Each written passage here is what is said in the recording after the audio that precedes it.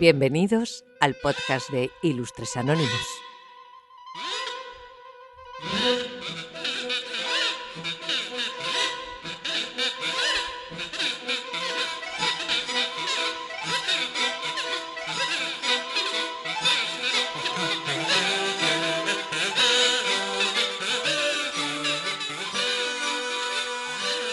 Bienvenidos y bienvenidas exploradores y exploradoras de lo desconocido y guardianes de los misterios de la historia a un nuevo episodio de Ilustres Anónimos, donde las sombras del pasado nos iluminan el presente y los susurros de la antigüedad retumban en nuestros oídos. ¿Qué tal estáis?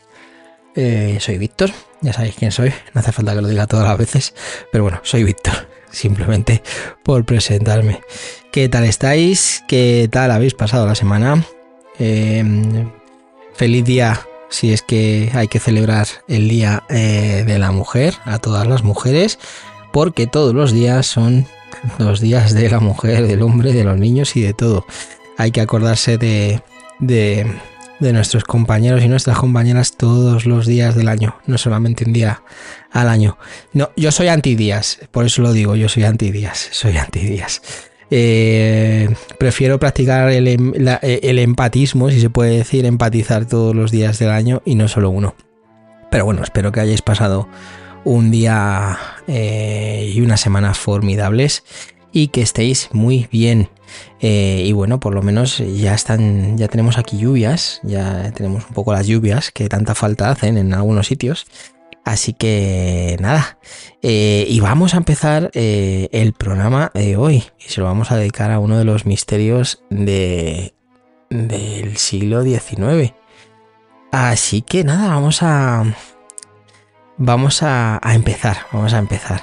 Y es que hoy os invito a un viaje no solo a través de las gélidas aguas del Ártico, hoy vamos a pasar frío, nos vamos al Ártico, sino también a lo más profundo de la naturaleza humana, donde la ambición, el coraje y en ocasiones la desesperación tejen historias que desafían nuestra comprensión.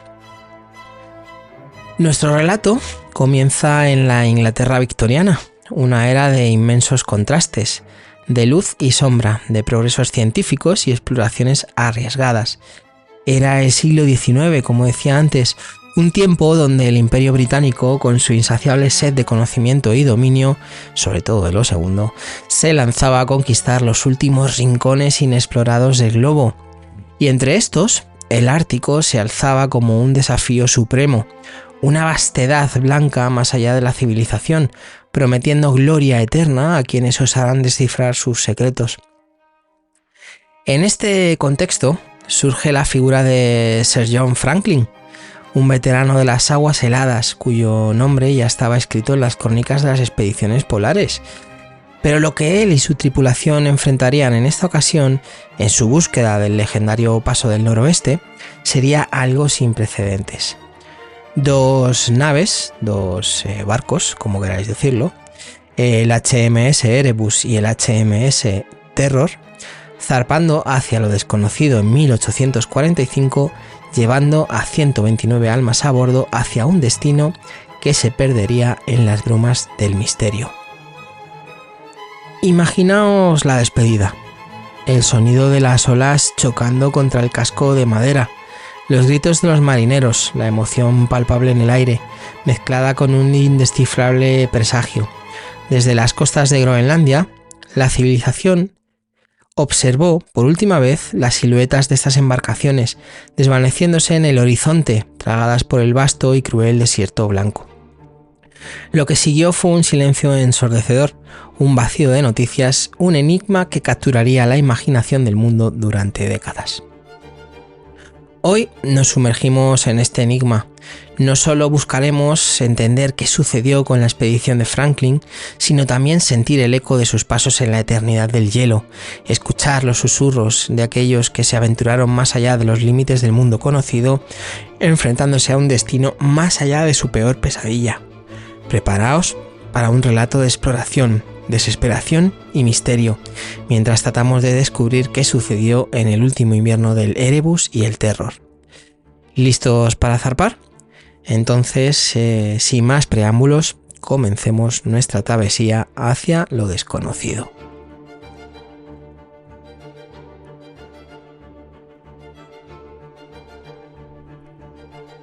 Y es que para adentrarnos verdaderamente en la historia de la expedición de Franklin, debemos primero viajar en el tiempo, hasta la Inglaterra de mediados del siglo XIX, una era marcada por el auge del Imperio Británico que extendía sus tentáculos por todo el globo, impulsado por el avance tecnológico y una inquebrantable confianza en el progreso.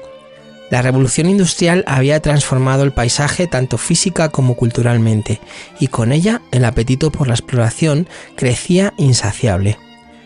En este fervor exploratorio, el Ártico representaba uno de los últimos enigmas del mundo, un espacio vasto y prácticamente inexplorado que prometía no solo riquezas y recursos, sino también prestigio para aquellos que lograsen desentrañar sus secretos. Y entre estos, el más codiciado era el Paso del Noroeste, una ruta marítima que se creía conectaba el Atlántico con el Pacífico a través del laberinto helado del Ártico canadiense. Su descubrimiento no solo sería un triunfo geográfico, porque de hecho lo sería, sino que también abriría nuevas rutas comerciales, fortaleciendo aún más el dominio británico de los mares. Y es que imaginaos la situación, realmente para poder pasar del Atlántico al Pacífico estamos hablando de que tenían muchas veces que irse, no muchas veces, prácticamente siempre, si no se hacía por el lado derecho del globo, si miramos hacia la Tierra, pues como se representan todos los mapas, con Europa y África en la mitad, hay que tener en cuenta que una de dos: o se iba hacia la derecha y había que dar toda la vuelta a África, o bueno, intentar hacerlo de esa forma, o la otra parte, la otra opción era ir por el lado izquierdo, bajando hasta lo que sería la punta de, bueno, pues abajo del todo Chile-Argentina. Y ese paso realmente también es un paso muy, muy peligroso, lo sigue siendo a día de hoy. Es una de las zonas más peligrosas cuando está llegando ya el invierno del globo, hablando de mares, ¿no? Suele ser un mar muy complicado y suele ser, bueno, un océano muy complicado y suele ser un paso muy, muy, muy complicado. Estaríamos hablando del paso por el Cabo de Hornos, que ya digo, a día de hoy sigue siendo un reto, ¿no? Un reto náutico en toda regla, ¿no? El Cabo de Hornos, si no recuerdo mal, pertenece a Chile, pero vamos, está junto a Tierra de Fuego, que sería la parte, si no recuerdo también mal, y no me quiero confundir, Tierra de Fuego es Argentina y Cabo de Hornos es chileno. Pues imaginaros, ¿no? Tener que bajar hasta ahí abajo, si no se podía hacer de otra forma, para poder alcanzar el Pacífico, ¿no? Bueno, pues lo que intentaba esta expedición era buscar el paso del noroeste, el paso del noroeste. Vamos a seguir. Sir John Franklin, un hombre ya conocido en los círculos de exploración polar, se presentaba como el candidato ideal para liderar esta ambiciosa misión, con una carrera que abarcaba desde batallas navales en las guerras napoleónicas, imaginaros, ¿no? Estamos hablando de ese siglo, hasta expediciones anteriores en el Ártico, o sea que no era un total desconocido, ¿no? en estas lides. Franklin personificaba la mezcla de experiencia militar y pasión exploratoria que la época demandaba. Sin embargo, más allá de su historial, lo que verdaderamente lo impulsaba era un deseo casi romántico de conquistar lo desconocido, de inscribir su nombre en los anales de la historia junto a los grandes exploradores. Básicamente el HMS Erebus y el Terror, los barcos centrales de la expedición de Franklin, representaban maravillas tecnológicas de la era victoriana, diseñadas específicamente para la exploración y supervivencia en uno de los ambientes más hostiles de la Tierra. Estos barcos eran mucho más que simples medios de transporte, eran el pináculo de la ingeniería naval de la época, preparados meticulosamente para una misión que se anticipaba como histórica. Tanto el Erebus como el Terror fueron construidos inicialmente como bombardas para la Marina Real Británica, diseñados para llevar morteros pesados. Sin embargo, para la expedición del Ártico, ambos barcos fueron transformados y reforzados para soportar las presiones extremas del hielo. Sus cascos fueron revestidos con una armadura de madera de roble y hierro forjado, aumentando su resistencia. Esta modificación les permitió resistir el aplastante abrazo del hielo ártico, una característica que se antojaba crucial para la supervivencia en las condiciones previstas. Además, se añadieron sistemas de tornillos de hierro a lo largo de los bordes de los cascos para cortar el hielo, una innovación destinada a facilitar su movimiento a través de las aguas congeladas. Estas modificaciones no solo reflejaban el ingenio técnico de la época, sino también la seriedad con la que se preparó la expedición para enfrentar los desafíos del Ártico. Los barcos estaban equipados con lo último en tecnología de la época. Uno de los aspectos más notables era su sistema de calefacción interna, diseñado para mantener cálida la atmósfera dentro de los barcos en el implacable frío del Ártico. Este sistema utilizaba tubos que distribuían el calor generado por los hornos de carbón, que básicamente era una innovación que marcaba una gran diferencia en las condiciones de vida a bordo. Además, los barcos portaban una biblioteca de más de 1000 volúmenes, un testimonio del énfasis en la moral y el entretenimiento de la tripulación durante la larga y aislada misión.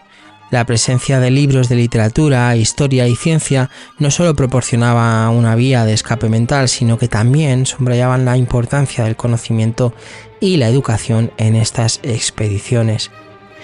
En cuanto a las provisiones, los barcos llevaban alimentos suficientemente en cantidad, vamos a decirlo así, para varios años, incluyendo las mencionadas o las que ahora mencionaremos, latas de comidas selladas con plomo, que más tarde se identificarían como una posible fuente de envenenamiento por plomo.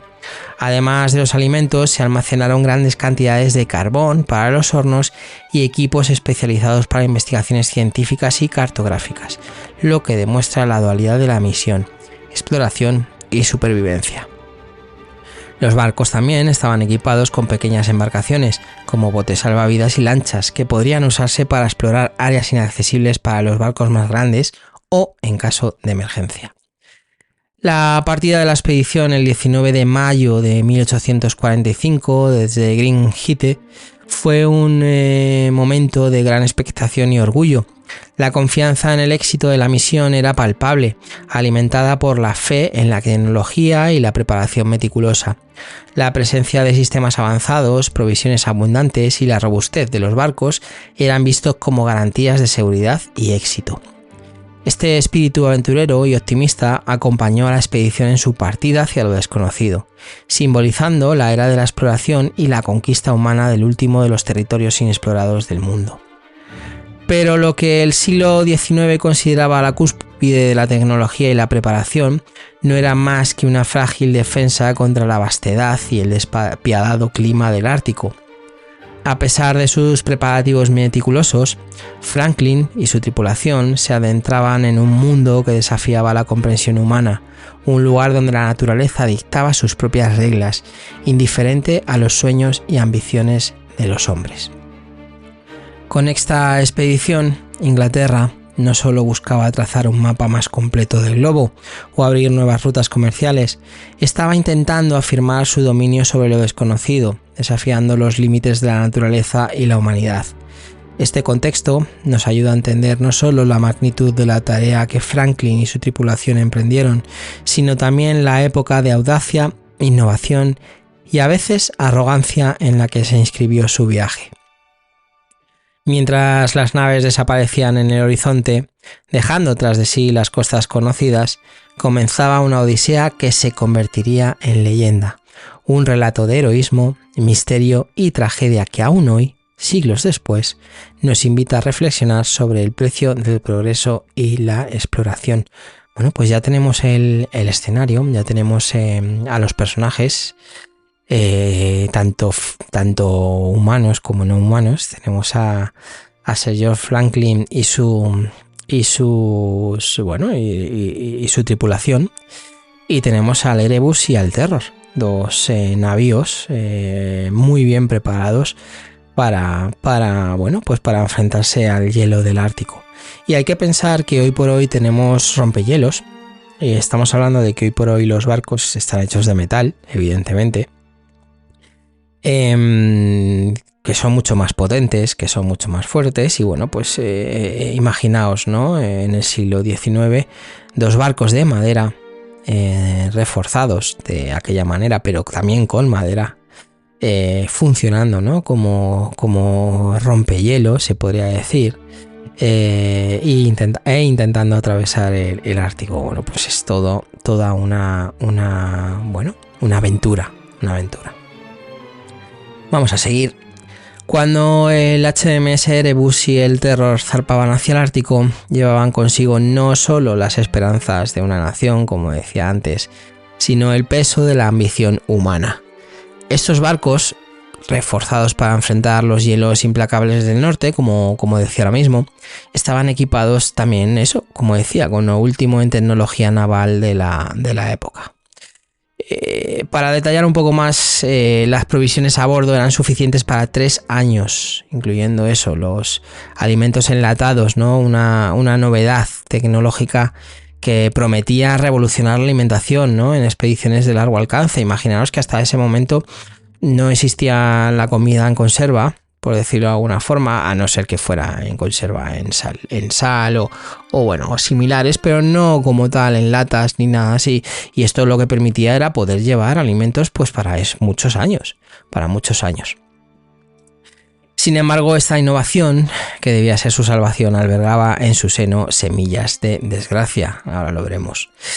La tripulación, como decía antes, compuesta por 129 hombres, era una mezcla de veteranos de expediciones anteriores y jóvenes sedientos de aventura.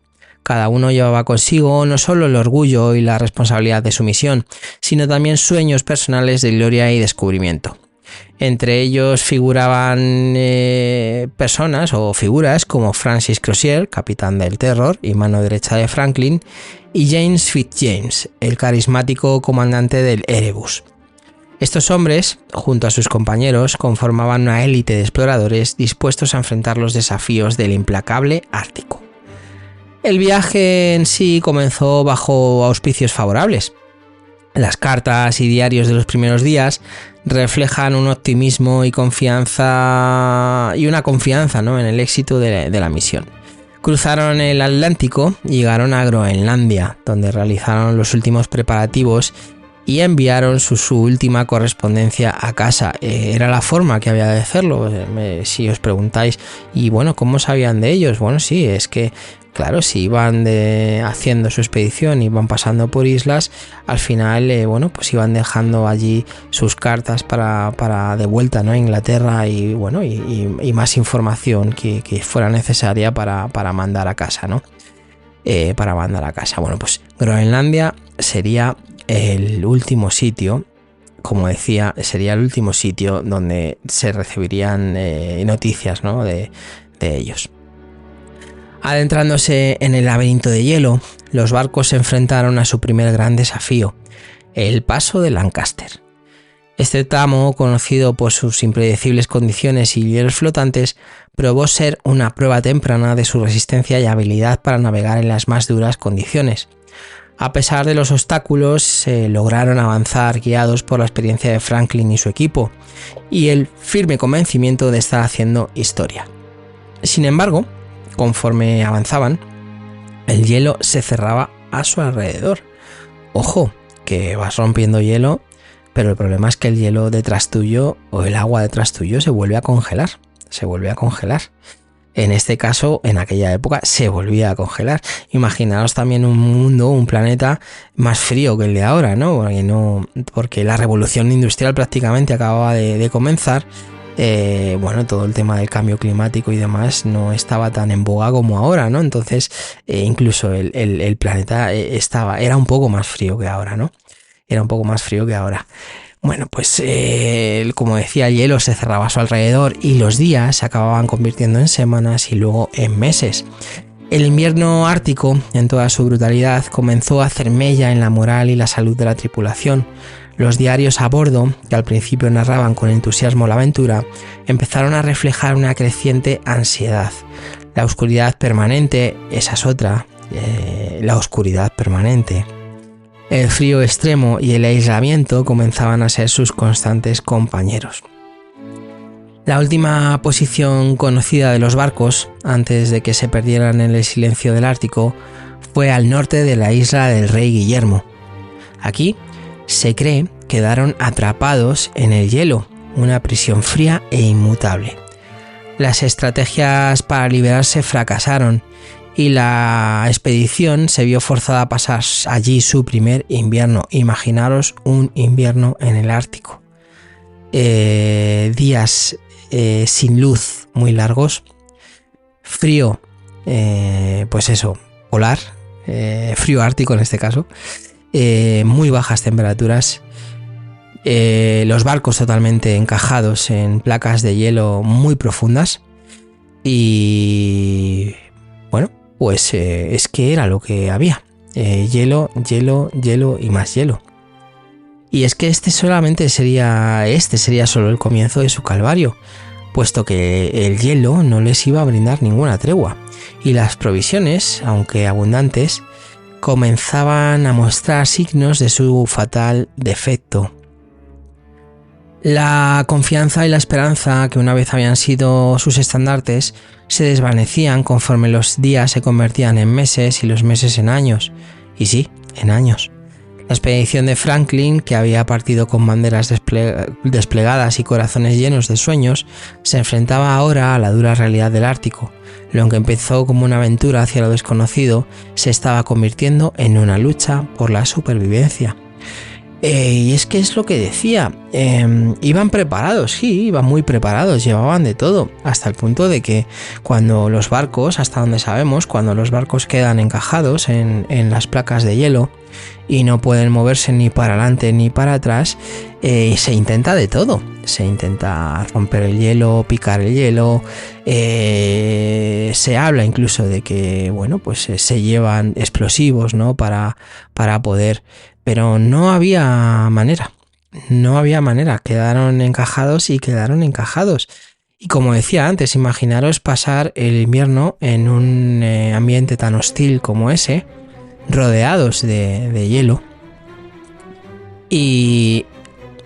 O independientemente en este caso de llevar un barco o barcos preparados, ¿no? Con sistemas de calefacción y demás, es que bueno, aún así haría muchísimo frío.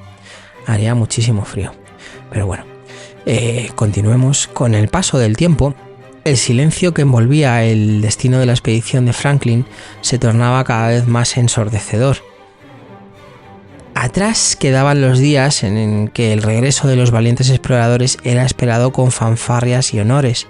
La ausencia de noticias encendía las alarmas en Inglaterra, y lo que comenzó como preocupación se transformaba gradualmente en un ominoso presagio. Los esfuerzos de búsqueda no se hicieron esperar.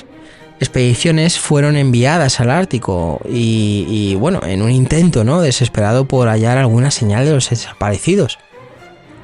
Cada barco que partía llevaba consigo la esperanza de resolver este enigma, pero también la sombra del temor a lo que podrían encontrar. Fue durante estas búsquedas cuando los primeros fragmentos de la historia comenzaron a emerger, piezas de un rompecabezas macabro que nadie quería completar. Restos de campamentos abandonados, objetos personales dispersos y, lo más estremecedor, marcas de cortes en huesos humanos, silenciosos testigos de un desenlace aterrador. Las notas y registros encontrados hablaban de un descenso hacia la desesperación. Con los barcos atrapados en el hielo, la tripulación había intentado sobrevivir en condiciones extremas. La escasez de alimentos, agravada por el envenenamiento por plomo de las latas mal selladas, comenzaba a cobrar su tributo. El escorbuto y otras enfermedades muy comunes en la época, sumados al frío implacable, se convertían en jueces implacables de su destino. Entre los hallazgos más inquietantes estaban los relatos de los inuit, quienes hablaron de encuentros con hombres demacrados, blancos, ¿no?, caminando como sombras sobre el hielo, lejos de cualquier esperanza de salvación. Estos testimonios ofrecían una visión escalofriante de los últimos días de la expedición, marcados por la enfermedad, el hambre y, en los momentos más desesperados, el canibalismo. La evidencia apuntaba a una lenta agonía, una lucha desesperada por la supervivencia en la que cada hombre enfrentó sus propios límites. Los diarios recuperados, que se pudieron recuperar, hablaban de intentos por alcanzar la seguridad, expediciones a pie a través del desolado paisaje ártico, cargando botes en trineos, en un último esfuerzo por escapar de su prisión de hielo. Pero el Ártico no perdona, y uno a uno fueron sucumbiendo, dejando tras de sí un rastro de campamentos funerarios, marcando su paso hacia el olvido. Este periodo de la historia se convierte en un espejo oscuro, reflejando la fragilidad de la vida frente a la indiferencia de la naturaleza. La desesperación de la expedición de Franklin no es solo un relato de exploración y ambición, sino también una crónica de aislamiento, sufrimiento y terror frente a la inmensidad implacable del Ártico. Las búsquedas, aún así, continuarían durante años, cada una revelando un nuevo capítulo de este sombrío cuento, pero ninguna ofreciendo el cierre que las familias y la sociedad esperaban. La expedición de Franklin se había convertido en leyenda, un fantasma que vagaba por las páginas de la historia, recordándonos el precio de desafiar los límites del mundo conocido. Bueno, pues ya tenemos un poco la historia, lo que pasó. Estos barcos salen de las costas de Gran Bretaña, Reino Unido, van muy bien pertrechados, llevan comida, llevan agua destilada, llevan carbón, llevan, los barcos están reforzados, barcos que se habían pensado para llevar armas, pues me refiero en el sentido de que eran barcos bastante fuertes, bastante potentes, pues son preparados y son acondicionados para que funcionen como barcos para una expedición de ese calibre. Todo se plantea bastante bien, todo es sonrisas, como se suele decir, y fiesta hasta su última puesta en comunicación con las familias en Groenlandia, y a partir de ahí llega el infierno, y en este caso llega el infierno blanco. Y es que, como venía diciendo, los barcos se quedan encallados cerca de la isla del Rey Guillermo, si no es justo en esa zona, y no tienen salida, ni para adelante ni para atrás. Y el problema es ese, el problema es cuando se envían, imaginaros, las familias en Inglaterra esperando noticias, no se sabe nada de ellos, pasa el primer invierno, no se sabe nada de ellos, pasa más tiempo, pasa el segundo, pasan más años, se empiezan a enviar expediciones en ese intervalo. Y lo que encuentran las expediciones no es nada halagüeño. Estamos hablando de lo que decía, ¿no? Encuentran notas de canibalismo, de muerte, de sufrimiento, incluso eso. Y llegan a tener contacto con los poblados, ¿no? La gente que vive allí, los inuit, gente que sí que está preparada para vivir allí porque siempre han vivido allí. Y todas las noticias que tienen sobre ellos son bastante malas. Pero bueno, es un poco lo que la historia, ¿no?, en sí. Y ahora vamos a pasar un poco a las leyendas y teorías, ¿no?, de qué pasó con esta expedición de Franklin. Y bueno, es que, como digo, la desaparición de la expedición de Franklin no solo dejó un vacío en la historia, sino que también abrió la puerta a un sinfín de teorías y leyendas. Cada descubrimiento relacionado con su destino ha alimentado el imaginario popular, convirtiendo su historia en un lienzo sobre el cual se han pintado diversas narrativas, cada una intentando explicar los acontecimientos que llevaron a su desaparición. ¿Qué teorías tenemos? Bueno, pues La posibilidad de que los miembros de la expedición de Franklin recurrieran al canibalismo en sus momentos finales es quizás el aspecto más macabro y controvertido de esta historia. Esto se ha vuelto a poner muy de moda por el tema del accidente del avión, de la película. Bueno, ahora han hecho la película esta de la sociedad del no recuerdo el nombre. La sociedad de la nieve, si no recuerdo mal, que bueno, no deja de ser una especie de, para los que somos un poco más mayores, recordaréis todos la película Viven. Bueno, pues ha vuelto a poner un poco en boga el tema del canibalismo por eso, ¿no? Por eso. Y bueno, ¿y por qué? Bueno, esta teoría sobre el canibalismo, ¿no? Emergió a partir de evidencias físicas, como decía hace un ratillo, halladas en varios sitios asociados con la expedición, específicamente marcas de corte en huesos humanos. Estos hallazgos sugerían prácticas de desmembramiento y posiblemente canibalismo, un último recurso de supervivencia ante la inanición extrema. La aceptación de esta teoría ha sido evidentemente un proceso difícil, especialmente considerando el contexto cultural de la época victoriana, donde tales actos eran inconcebibles para el público y la aristocracia. Sin embargo, análisis modernos, incluyendo estudios forenses y arqueológicos, han confirmado la presencia de estas marcas y han concluido que, dada la severidad de la situación, es muy probable que algunos miembros de la expedición recurrieran a comer carne humana para sobrevivir. Este aspecto de la historia no solo habla de la desesperación y el sufrimiento extremo vivido por la tripulación, sino también de la capacidad humana para cruzar los límites éticos y morales más arraigados en situaciones de vida o muerte. El canibalismo, en este contexto, se convierte en un testimonio desgarrador de la lucha por la supervivencia contra una naturaleza implacable y una suerte inexorable. Y como digo en muchas ocasiones, cuando se hablan de ciertos temas, yo sé que esto es polémico. Sé que esto es polémico, el tema del canibalismo. Lo decía con la sociedad de la nieve, con esta película, con estos hechos que pasaron, ¿no? En este accidente de avión, con esto también que pasó con el Erebus y el Terror. Hay que verse en esa situación. Y no lo defiendo. No defiendo para nada, no defiendo para nada que pero hay que verse en esta situación. Y hay que verse en esta situación donde la desesperación es tu compañero, tu compañera en este caso. Es decir, estás en medio de ninguna parte, sabes que no tienes salida, la comida que puedes comer no la puedes comer, por lo que hablaremos ahora, y solamente te quedan pocas opciones, ¿no?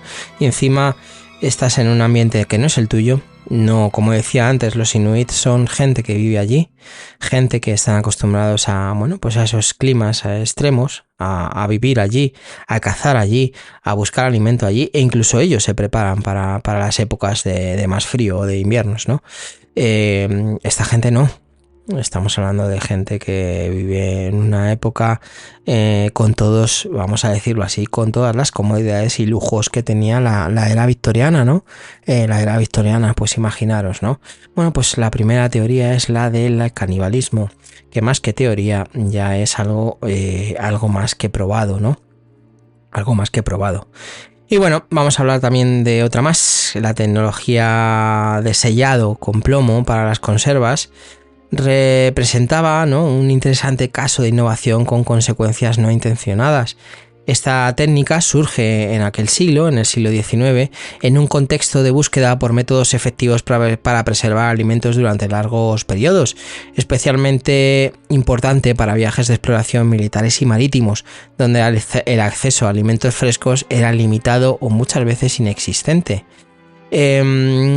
La tecnología de conservas en sí fue patentada por primera vez por el francés Nicolas Appert, por poner algo más de contexto, en 1810.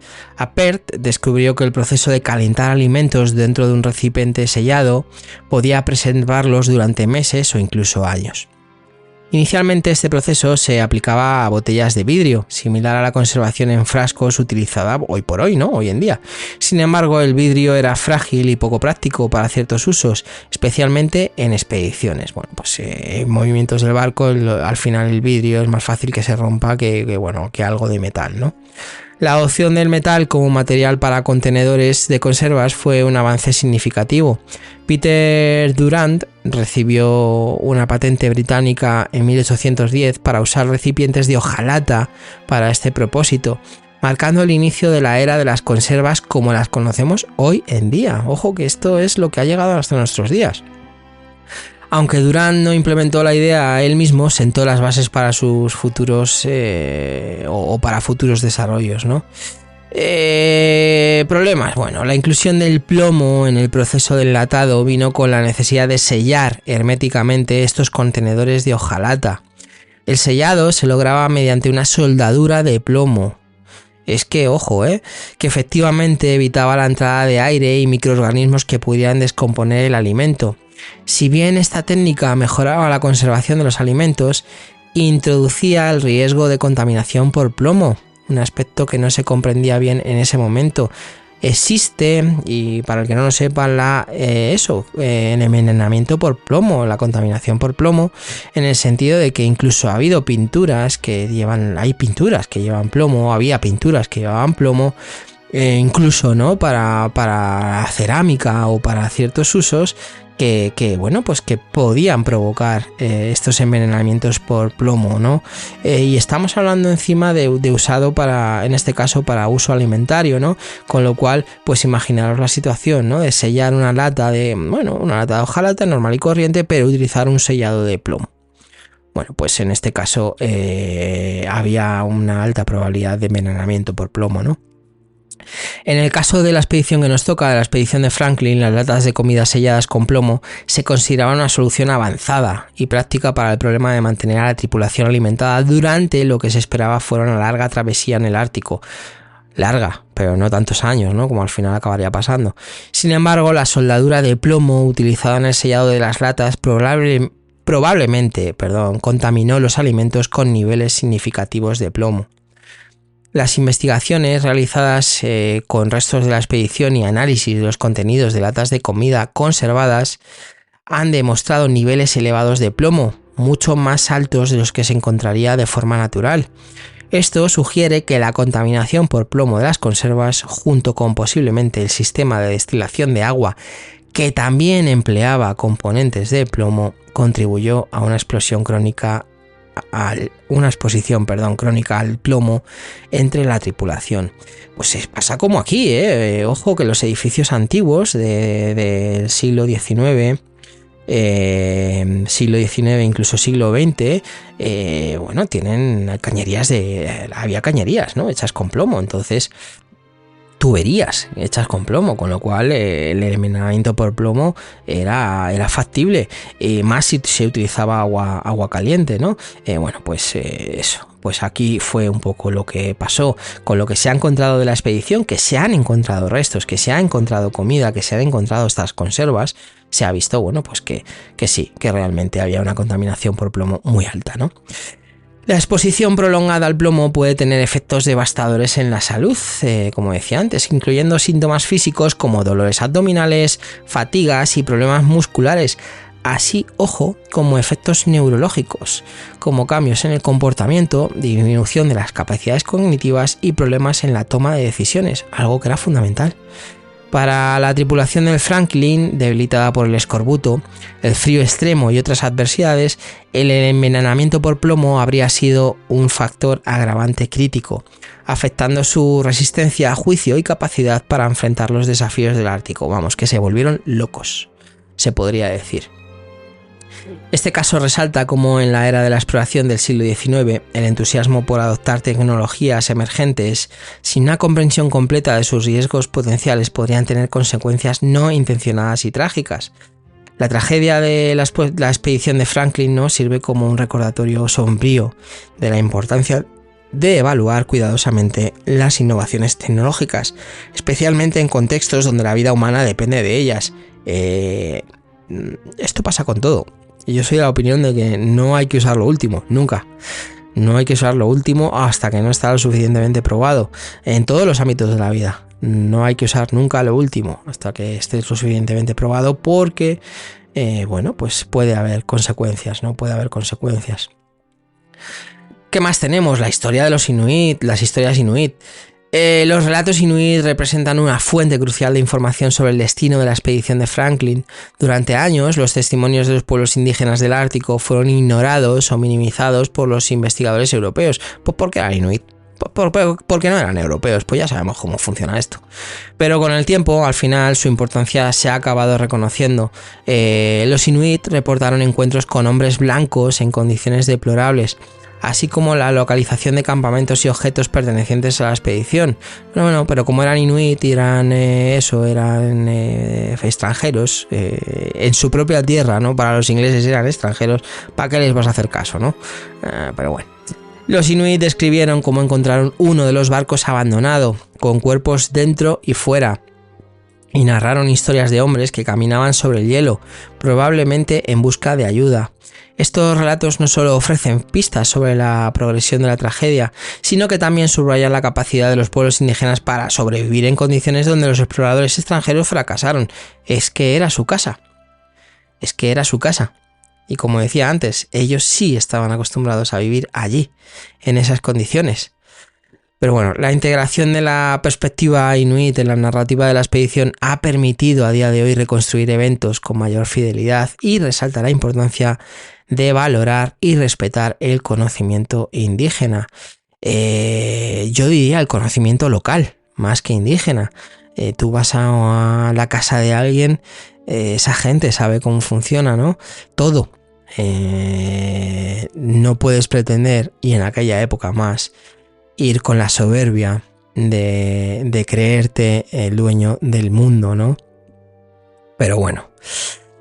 ¿Qué más? Pues tenemos otra más, la maldición del Ártico. Y es que la idea de una maldición del Ártico es menos una teoría basada en la evidencia y más una narrativa que refleja el terror y el respeto que inspira a esta región implacable.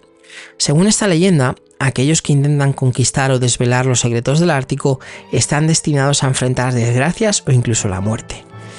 Aunque carece de fundamento científico, como podéis entender, esta noción se alimenta de historias de expediciones desaparecidas, condiciones extremas que desafían la supervivencia y el aislamiento total del mundo conocido. La expedición de Franklin, con su trágico final, a menudo se cita como un ejemplo de esta maldición. Los relatos de su desaparición, junto con las circunstancias extremadamente adversas que enfrentaron, alimentan la idea de que el Ártico es una entidad casi consciente en sí misma, ¿no?, que protege celosamente sus misterios, castigando a aquellos que osan adentrarse en sus dominios sin el debido respeto o preparación. Esta leyenda, más allá de su valor literal en sí, sirve para enfatizar la humildad y el respeto necesarios al interactuar con entornos naturales extremos y subraya la audacia, pero también la vulnerabilidad de la exploración humana. Pues no hay que tomar a cachondeo, por decirlo de alguna forma, quitarle hierro, ¿no?, al Ártico, ¿no? A mí me da mucho respeto todo ese tipo de zonas de condiciones extremas, como puede ser el Ártico. Al principio del programa también hablaba del Cabo de Hornos, ¿no?, de ese paso justo al otro lado del planeta, donde incluso a día de hoy con los barcos, con los mejores barcos y con la mejor tecnología, sigue siendo un cabo, una zona de paso muy complicada de navegar. A mí me da auténtico pánico, por decirlo de alguna forma, imaginarme en la situación, ya no solamente por estar en el Ártico encajado en el hielo, como le pasó a esta tripulación, sino por el hecho de imaginaros, ¿no?, estar en medio de un océano en un día de tormenta donde hay olas de 5 metros o más, ¿no?, donde hay auténticas paredes de agua. A mí me da auténtico pánico.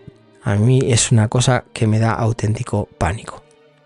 Pero bueno, la maldición del Ártico. Y bueno, hablando un poco así de los avances, ¿no?, la continua investigación y los avances científicos han transformado nuestra comprensión de la expedición de Franklin en las últimas décadas. La arqueología submarina, la antropología forense y la ciencia ambiental han jugado roles cruciales en desentrañar el destino de la expedición, ofreciendo nuevas perspectivas y respuestas a preguntas que han perdurado por más de un siglo.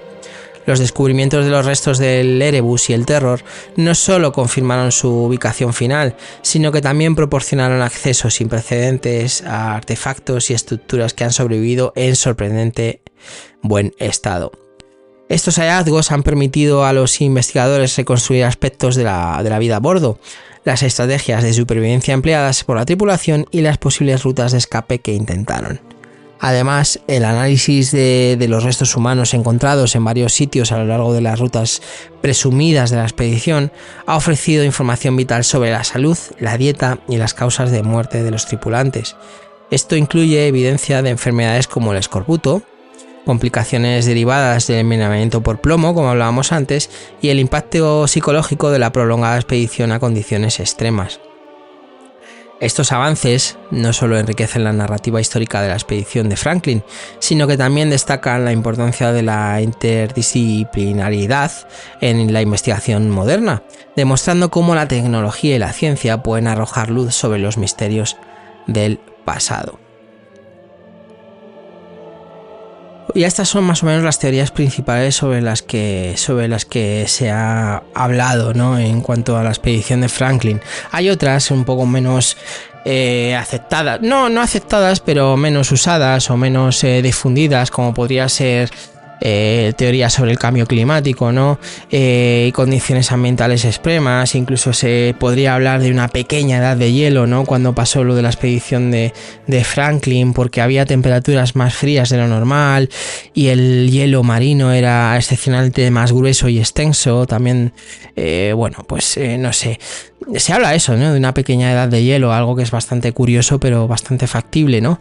Por ejemplo, esas condiciones habrían hecho prácticamente imposible llevaras el barco que llevaras en aquella época a hacer nada contra el hielo, ¿no? Y luego igual, el tema de más extendido es el tema de las enfermedades y las epidemias, ¿no?